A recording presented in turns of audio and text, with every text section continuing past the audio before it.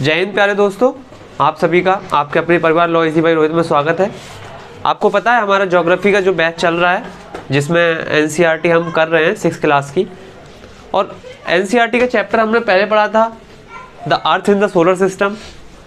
उसके बाद हमने पढ़ा था the earth in the solar system के बाद ग्लोब पढ़ा था, लैटिट्यूड एंड लॉन्गिट्यूड्स।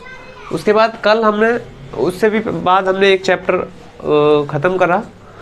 आज जो चैप्टर है वो 5th chapter major domains of the earth. इससे पहले मैप पढ़ चुके हैं हम लोग, सारी चीज़ें जो दी हुई थी उन्हें आराम बहुत अच्छे से हमने पढ़ा है।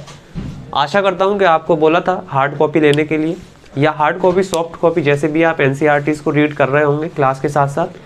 आज जो चैप्टर है वो major domains of the earth. Major domains का मतलब होता है कि जो परिमंडल होते हैं, जो मेजर्स मतलब प्रमुख जो परिमंडल हैं अर्थ के, उनके बारे में आज हम चर्चा करेंगे। प्रमुख परिमंडल क्या होता है अर्थ में, आपने देखा होगा कि अर्थ के सरफेस पे होता क्या क्या है।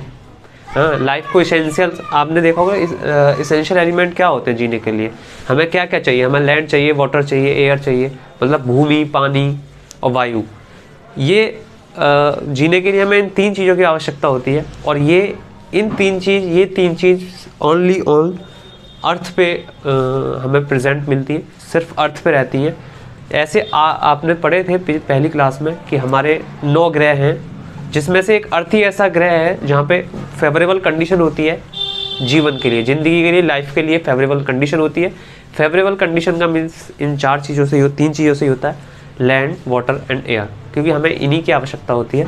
इसी को फिर अगर हम देखेंगे तो इसी को 3 रूप से अगर डिवाइड करा जाए तो जो हमारे अर्थ पे जो सॉलिड पार्ट होता है, सॉलिड पार्ट मीन्स होता है कि हमारी जो लैंड होती है, सॉलिड पार्ट जो अर्थ का होता है उसको हम क्या बोलते हैं, उसको बोलते हैं लिथोस्फेयर। लिथोस्फेयर, उसको लिथोस्फेयर क्यों बोलते हैं? लिथोस का मतलब क्या होता है, अगर आपका इसका संधि विच्छेद करें तो लिथोस का मतलब होता है पत्थर, स्टोन। तो जो सॉलिड पार्ट होता है उसको हम क्या बोलते हैं, लिथोस्फेयर। फिर इसके बाद आपने देखा है कि गैसियस लेयर होती है एक, या इससे पहले हम देखें पानी, वाटर बॉडीज, उसको क्या कहते हैं, हाइड्रोस्फीयर। हिंदी में देखें तो ये स्थल मंडल होता है, स्थल मंडल, और हाइड्रोस्फीयर जल मंडल होता है। हाइड्रो का मतलब ही पानी होता है। आपने देखा होगा कि अगर किसी को पानी से डर लगता है तो उसे हाइड्रोफोबिया कहते हैं। Hydrophobia, one who fear with water, जो पानी से डरता है उसे हाइड्रोफोबिया कहते हैं। ऐसे ही हाइड्रो का मीन्स ही होता है H2O। हाइड्रो का अगर संधि विच्छेद करें इसका, अगर इसको तोड़ के ब्रेक करें इसको, तो क्या होगा, हाइड्रो का मतलब ही क्या होता है, वाटर होता है। तो जो जहाँ गैसीय वाटर बॉडीज जो होती हैं उसको हम हाइड्रोस्फीयर कहते हैं। नंबर 3 होता है गैसियस लेयर। अब गैसियस लेयर का मतलब होता है हमारे सराउंडिंग में, एटमॉस्फेयर में, एटमॉस्फेयर उसे कहते हैं। आपने देखा भी होगा कि हमारे सराउंडिंग्स में जो गैस होती है, बहुत सारी गैसों का मिश्रण होता है जो हमारे सराउंडिंग्स में रहता है, एटमॉस्फेयर उसे हम कहते हैं एटमोस्फेयर। एटमो का ही मीन्स होता है gas, gaseous form, gaseous layer होती है ये, इसे एटमॉस्फेयर कहते हैं। अगर हम देखें तो अगर जहाँ ये तीनों चीज़ें मिल जाती हैं, जिस जगह जिस स्थान पे ये तीनों चीज़ें, मतलब वहाँ पानी भी हो, मतलब ज़मीन हो, पानी हो, और गैसियस लेयर हो वहाँ, मतलब फ्रेश एयर, ये सारी चीज़ें, तो वहाँ बन जाता है एक बायोस्फीयर। बायोस्फीयर का मीन्स होता है बायोस्फीयर। बायो का क्या हो गया, जैव मंडल, इसको हिंदी में जैव मंडल कहते हैं। एटमॉस्फेयर को वायुमंडल कहते हैं। तो बायोस्फीयर का मीन्स होता है जहाँ फेवरेबल कंडीशन वहाँ बन जाती है, जहाँ पे लिथोस होगा, हाइड्रो होगा, एटमॉस होगा, मतलब जहाँ पे जमीन होगी, मतलब स्थल होगा, जल होगा, और हवा मतलब गैसियस फॉर्म होगी, वहाँ बायोस्फीयर बन जाता है, परिमंडल बन जाता है। हमारे रहने के लिए वो फेवरेबल कंडीशन हो जाती है, क्योंकि हमें रहने के लिए किन 3 चीज़ों की आवश्यकता होती है, लैंड, वाटर एंड एयर, तीनों चीज़ें ये हो गई। इसके बाद अगर हम देखें तो जो हमारा अर्थ सरफेस है, अर्थ सरफेस को अर्थ को हमने 2 पार्ट्स में डिवाइड हम करते हैं। अर्थ में क्या क्या है, आपने देखा होगा lithosphere and biosphere. Lithosphere, hydrosphere, atmosphere. लेकिन अर्थ अगर हम देखें, इसको इरेज कर देते हैं। अर्थ में क्या क्या, अर्थ के सरफेस पे क्या क्या आपको मिलेगा, लैंड मिलेगी, लैंड बॉडीज और वाटर बॉडीज। देखें अर्थ सरफेस, तो 2 पार्ट में इसको हम करें डिवाइड। तो पहले क्या होगा, लैंड बॉडीज। लैंड बॉडीज में आपको पता होगा कॉन्टिनेंट्स आते हैं लैंड बॉडीज में, ओशियंस आते हैं वाटर बॉडीज। लैंड बॉडीज में आपने देखा भी, ये भी पता होगा आपको कितने कॉन्टिनेंट होते हैं, 7 कॉन्टिनेंट होते हैं। 7 में कौन कौन से होते हैं, एशिया होता है, अफ्रीका होता है, यूरोप होता है, north America, south America, Antarctica और यही 7 हैं, ऑस्ट्रेलिया। ये 7 कॉन्टिनेंट होते हैं। 7 कॉन्टिनेंट को अगर आपसे पूछे क्रोनोलॉजी में लगाना है, मतलब बड़े से छोटा करके लगाना है, तो पहला एशिया होगा, एशिया से बड़ा, एशिया सबसे बड़ा है। सेकंड नंबर पे आता है, सेकंड लार्जेस्ट अफ्रीका है, नॉर्थ अमेरिका है, साउथ अमेरिका है।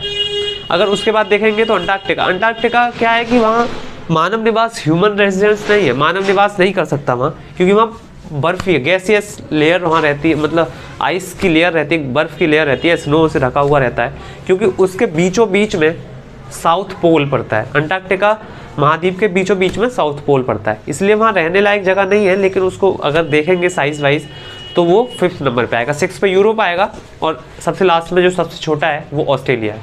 अगर ओशियंस को देखेंगे, ओशियंस 5 होते हैं, आपको पता भी होगा, पैसिफिक, अटलांटिक, आर्कटिक, इंडियन और सदर्न। मतलब अगर हम इसको हिंदी में देखें तो पैसिफिक को प्रशांत कहते हैं, अटलांटिक को अटलांटिक ही कहते हैं, इंडियन को हिंद महासागर कहते हैं। इंडियन एक ऐसा अकेला महाद्वीप है, महासागर है, जिसका नाम किसी देश के नाम पर पड़ा हुआ है। इंडियन ओशन मतलब इंडिया पे ना, हम लोग कौन है, हम इंडियन है ना, तो इंडियन। सदर्न का मतलब दक्षिणी महासागर होता है। ये हमने बना लिया है, वैसे एक होता क्या है, अब डिवाइड कर दिया है पार्ट से। आर्कटिक होता है। अगर इसको हम क्रोनोलॉजी में लगाएं तो इसकी एक ट्रिक होती है ओशियंस के लिए, एक ट्रिक होती है। वो क्या होती है, जो जिसके लिए आजकल सब लोग काम करते हैं, वो होता है पैसा। पैसे नहीं, पैसा। पैसा का ये क्या होगा, सबसे बड़ा जो होगा वो होगा P फॉर पैसिफिक। पैसिफिक को हिंदी में देखेंगे तो प्रशांत। दूसरा होगा अटलांटिक, अटलांटिक का अटलांटिक ही होगा। तीसरा होगा इंडियन, इंडियन का क्या हो जाएगा, हिंद। चौथा होगा सदर्न, सदर्न का क्या हो जाएगा, दक्षिणी। ये होगा आर्कटिक, आर्कटिक का आर्कटिक ही रहेगा। आपको देखना है सबसे बड़ा ये है, सबसे बड़ा, फिर इससे थोड़ा छोटा, उससे छोटा, उससे छोटा, सबसे छोटा। सबसे छोटा कोई पूछेगा तो आर्कटिक महासागर सबसे छोटा है, सबसे बड़ा है प्रशांत महासागर। तो आर्कटिक और प्रशांत महासागर आपने देखा, सबसे छोटा सबसे बड़ा हमने देख लिया। ऐसे ही अगर हम सबसे छोटा सबसे बड़ा क्रोनोलॉजी में अगर मैं आपको लिख के यहाँ बताऊँ, कॉन्टिनेंट में, लैंड बॉडीज में बताऊँ, ये हो गए वाटर बॉडीज। लैंड बॉडीज में अगर मैं बताऊँ तो सबसे पहले नंबर पे क्या आएगा, एशिया। सेकंड पे क्या आएगा, अफ्रीका। Third north America. इनके जो इनकी मेन चीज़ें छोटी बहुत, मतलब एनसीईआरटी के हिसाब से हमें देखना है, आगे हम पूरा पढ़ेंगे खोल के, लेकिन अभी एनसीईआरटी में जितना लिखा है उतना ही आपको बता रहे, क्योंकि रीडिंग आप करेंगे तो कन्फ्यूजन बहुत ज़्यादा नहीं होगा। जो इसमें इंपॉर्टेंट दो एक चीज़ें जिस महाद्वीप में दी हुई होंगी, जिस महासागर के बारे में दी हुई होंगी, उसको हम आपको यहाँ मतलब करके बता देंगे। यही एनालिसिस उसका कर लेंगे जितना भी हमें पढ़ना। अभी एनसीईआरटी के बेसिक से जितना ज़रूरी होगा वो अभी हम पढ़ लेंगे। 4th नंबर पे साउथ अमेरिका। 5th नंबर पे आपको बताया कि 5th नंबर पे आएगा आर्कटिक, वो अटलांटिक।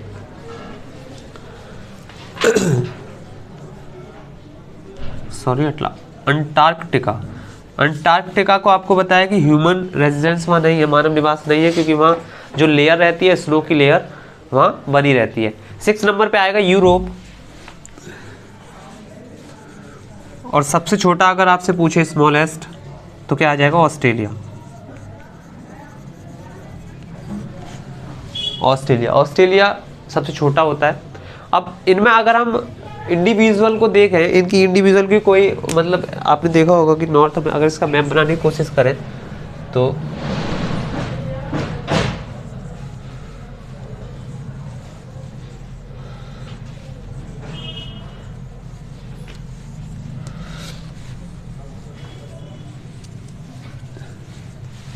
इसी तरह कुछ होगा। और यहाँ हो जाएगा ऑस्ट्रेलिया, ये यूरोप। और ये यूराल पर्वत श्रेणी आपने देखा होगा, यूराल पर्वत श्रेणी जो ऑस्ट्रेलिया को मतलब एशिया को यूरोप से अलग करती है, दोनों को सेपरेट करती है, यूराल पर्वत श्रेणी। अभी हम देखते हैं एशिया। एशिया में क्या क्या महत्वपूर्ण चीज़ें हैं, एनसीईआरटी के हिसाब से हमें देखना है कि एशिया का क्या क्या चीज़ ऐसी है जो हमें देखनी है। तो एशिया क्या है, लार्जेस्ट सबसे बड़ा महाद्वीप है, सबसे बड़ा मतलब लार्जेस्ट कॉन्टिनेंट। किस बेस पे, ये दोनों बेस पे, मतलब जहाँ चाइना है और इंडिया ऐसी दो कंट्री हैं जो पॉपुलेशन के हिसाब से देखें तो सबसे नंबर 1 और 2 पे आती है। लड़ाई चल रही है, कभी इंडिया ऊपर हो जा रही है, कभी चाइना। लेकिन अभी अगर वर्तमान में हम देखें, जनगणना तो नहीं हुई, अगर होगी तो इंडिया पहले नंबर पे पहुंच चुका है, ऑफिशियली नहीं लेकिन पहुंच चुका है। तो जहां इंडिया और चाइना जिस कॉन्टिनेंट में है, तो जाहिर सी बात है कि पॉपुलेशन में तो सबसे बड़ा हो गई। तो क्या है कि एशिया जो है पॉपुलेशन में सबसे बड़ा कॉन्टिनेंट है, पॉपुलेशन के साथ साथ एरिया में भी सबसे बड़ा है। तो ये लार्जेस्ट कॉन्टिनेंट है, पॉपुलेशन और एरिया वाइज दोनों से सबसे लार्जेस्ट कॉन्टिनेंट है। अर्थ का अगर देखें तो अर्थ का कितने पार्ट पे है, ये अर्थ का 1/3 हिस्सा पे एशिया है। अर्थ का 1/3 जो हिस्सा है उसका एरिया एशिया है। इससे एशिया से क्या कौन सी लाइन जाती है, अगर मैं आपको लैटिट्यूड लॉन्गिट्यूड पढ़ाया था तो लैटिट्यूड है एक ट्रॉपिक ऑफ कैंसर जो एशिया से होकर गुजरता है। आपको बताया कि यूराल पर्वत श्रेणी एशिया को यूरोप से अलग करती है, मतलब इन दोनों को सेपरेट करती है। और जो यूरोप और एशिया वाला जो भाग होता है, यहाँ जो दोनों का भाग, इसको कहते हैं, इसको यूरेशिया कह के बुलाया जाता है, यूरेशिया। अगर दूसरा देखते हैं, दूसरा है Africa. Africa second largest, Africa क्या हो गया, सेकंड लार्जेस्ट कॉन्टिनेंट है अफ्रीका, दूसरा बड़ा महाद्वीप अफ्रीका। इससे ये ऐसा एक अकेला ऐसा महाद्वीप है जिससे तीनों मेजर लाइंस जो होती हैं, जो लैटिट्यूड पड़े थे तीनों, ट्रॉपिक ऑफ कैंसर, कर्क रेखा, मकर रेखा और विषुवत रेखा, तीनों इस महाद्वीप से होकर गुजरती है। ये ऐसा एक अकेला महाद्वीप है। सहारा डेजर्ट जो विश्व का सबसे बड़ा डेजर्ट है, सबसे बड़ा रेगिस्तान है सहारा डेजर्ट, वो इसमें ही लाई करता है, अफ्रीका में है। और ये चारों साइड से, मतलब ऑल साइड से सराउंडिंग्स, जो इसके ऑल सराउंडिंग्स हैं, ये वाटर से मतलब पानी से घिरा हुआ है। इसी से सबसे बड़ी नदी आपने देखी होगी, लॉन्गेस्ट रिवर नील नदी, वो भी अफ्रीका में ही है, अफ्रीका में लाई करती है। और साथ ही साथ 3 लाइन आपने देख ली कि 0 डिग्री भी, 23.5 डिग्री नॉर्थ एंड साउथ, ये 3 लाइन भी। और एक और सबसे बड़ी चीज़ GMT लाइन आपने पढ़ा होगा, Greenwich mean time line, 0 degree prime meridian, वो भी अफ्रीका से होकर निकलता है। मतलब जो 4 महत्वपूर्ण रेखाएं हैं, 3 तो होती है पैरेलल लाइन मतलब अक्षांश, और एक देशांतर जो 0 डिग्री होता है, चारों ये अफ्रीका से होकर निकलती है। सबसे इम्पोर्टेंट जो अगर आपको पढ़ने के लिए बहुत सारा कुछ मिलेगा तो वो सबसे इम्पोर्टेंट अफ्रीका को हम देख सकते हैं। फिर आता है नॉर्थ अमेरिका, तीसरा सबसे बड़ा, थर्ड लार्जेस्ट नॉर्थ अमेरिका है। साउथ अमेरिका से जुड़ा हुआ है। साउथ अमेरिका सबसे नीचे, नॉर्थ अमेरिका में जो सिटी है वो पनामा है, तो जो मतलब कंट्री है वो पनामा है। पनामा एक सकरे भाग से जुड़ा हुआ है जिसको कहते हैं इस्थमस। आपने देखा होगा कि अगर कनेक्टेड होता है एक कंट्री दूसरे से, 2 तरह से कनेक्टेड होता है, तो पानी के थ्रू या जमीन के थ्रू। अगर जमीन के थ्रू कनेक्टेड होता है तो उसे इस्थमस बोलते हैं, हिंदी में बोलते हैं स्थल संधि, इस्थमस। सकरा भाग होता है जिससे एक कंट्री, एक स्टेट या कोई भी चीज़ दूसरे से जुड़ी हुई है, स्थल संधि बोलते हैं, इंग्लिश में इस्थमस बोलते हैं। और जो पानी से जुड़ा हुआ होता है उसे स्ट्रेट बोलते हैं, स्ट्रेट, जल संधि। जैसे इंडिया स्ट्रेट से जुड़ा हुआ है श्रीलंका से, ये जुड़ा हुआ है सकरा भाग जो भी है पनामा इस्थमस से जुड़ा हुआ है, तो इस साउथ अमेरिका से। फिर इसमें और क्या चीज़ है देखने लायक, तो देखना होगा कि सराउंडिंग्स 3 तरफ से ये मतलब महासागर से, ओशियन से घिरा हुआ है।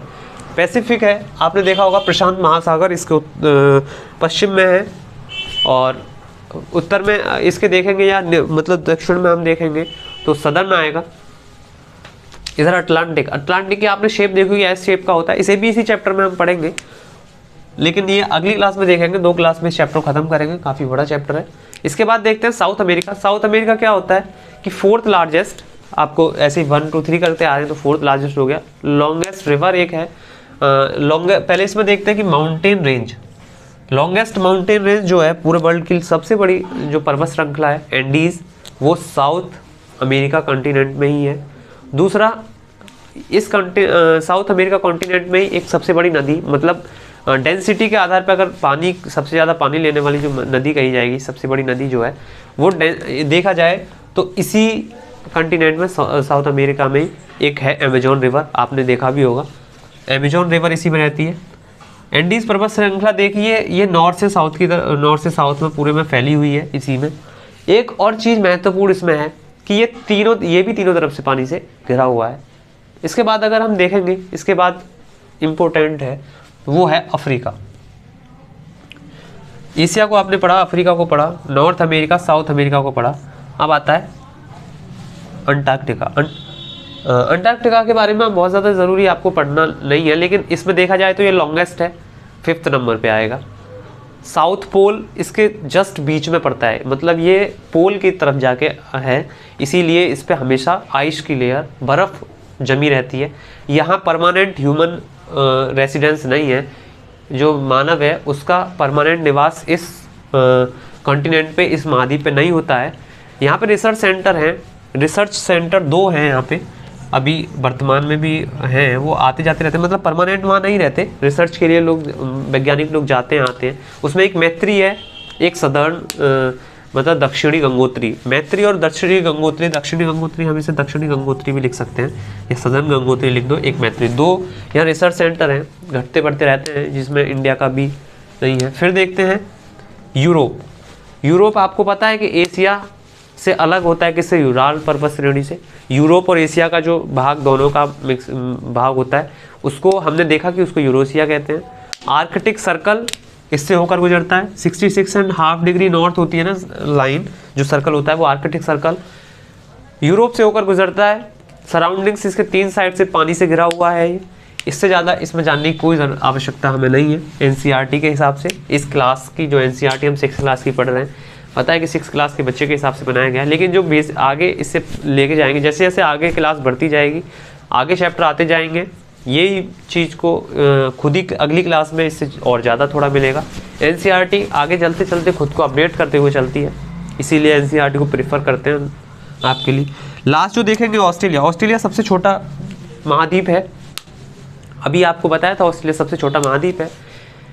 ये चारों तरफ से पानी से घिरा हुआ है, मतलब पानी के बीच में इस आइलैंड, मतलब कहते हैं ना द्वीपीय महाद्वीप कह सकते हैं, द्वीपीय महाद्वीप, आइलैंड कॉन्टिनेंट। द्वीपीय महाद्वीप क्यों कह सकते हैं? द्वीपीय द्वीप उसे कहते हैं जो चारों तरफ से पानी से घिरा हुआ होता है, जो 3 तरफ से पानी से घिरा हुआ होता है उसे कहते हैं प्रायद्वीप, पेनिनसुला। तो इंडिया एक क्या है? प्रायद्वीप है। प्रायद्वीप आपने देखा होगा, इंडिया नीचे से 3 तरफ से पानी से घिरा हुआ है, ये 4 तरफ से पानी से घिरा हुआ है, इसीलिए इसे आइलैंड कहते हैं। ऑस्ट्रेलिया जो है एक आइलैंड द्वीप होता है। आगे हम अगली क्लास में इसी का पार्ट 2 होगा, उसमें हम चर्चा करेंगे ओशियंस को लेकर। ओशियंस क्या होता है? लैंडफॉर्म, हम ओशियंस देखेंगे, ओशियंस में पैसिफिक ओशन में क्या ऐसा कुछ है। अब आपने देखा होगा कि अगर हम देखें तो पैसिफिक ओशन में एक सबसे महत्वपूर्ण चीज़ होती है, आपने पढ़ा होगा मैरियाना ट्रंच। मैरियाना ट्रंच होता है कि गर्त, और हम जिस भी लैंडफॉर्म की लंबाई नापते हैं, एक समुद्र तल होता है, समुद्र तल को 0 मान के वहीं से लंबाई नापते हैं किसी भी लैंडफॉर्म की, अप या डाउन। तो ऊपर जो जाता है उसे पहाड़, पर्वत, प्लेटो, पठार वगैरह कहते हैं, नीचे जाता है उसे कहते हैं गर्त।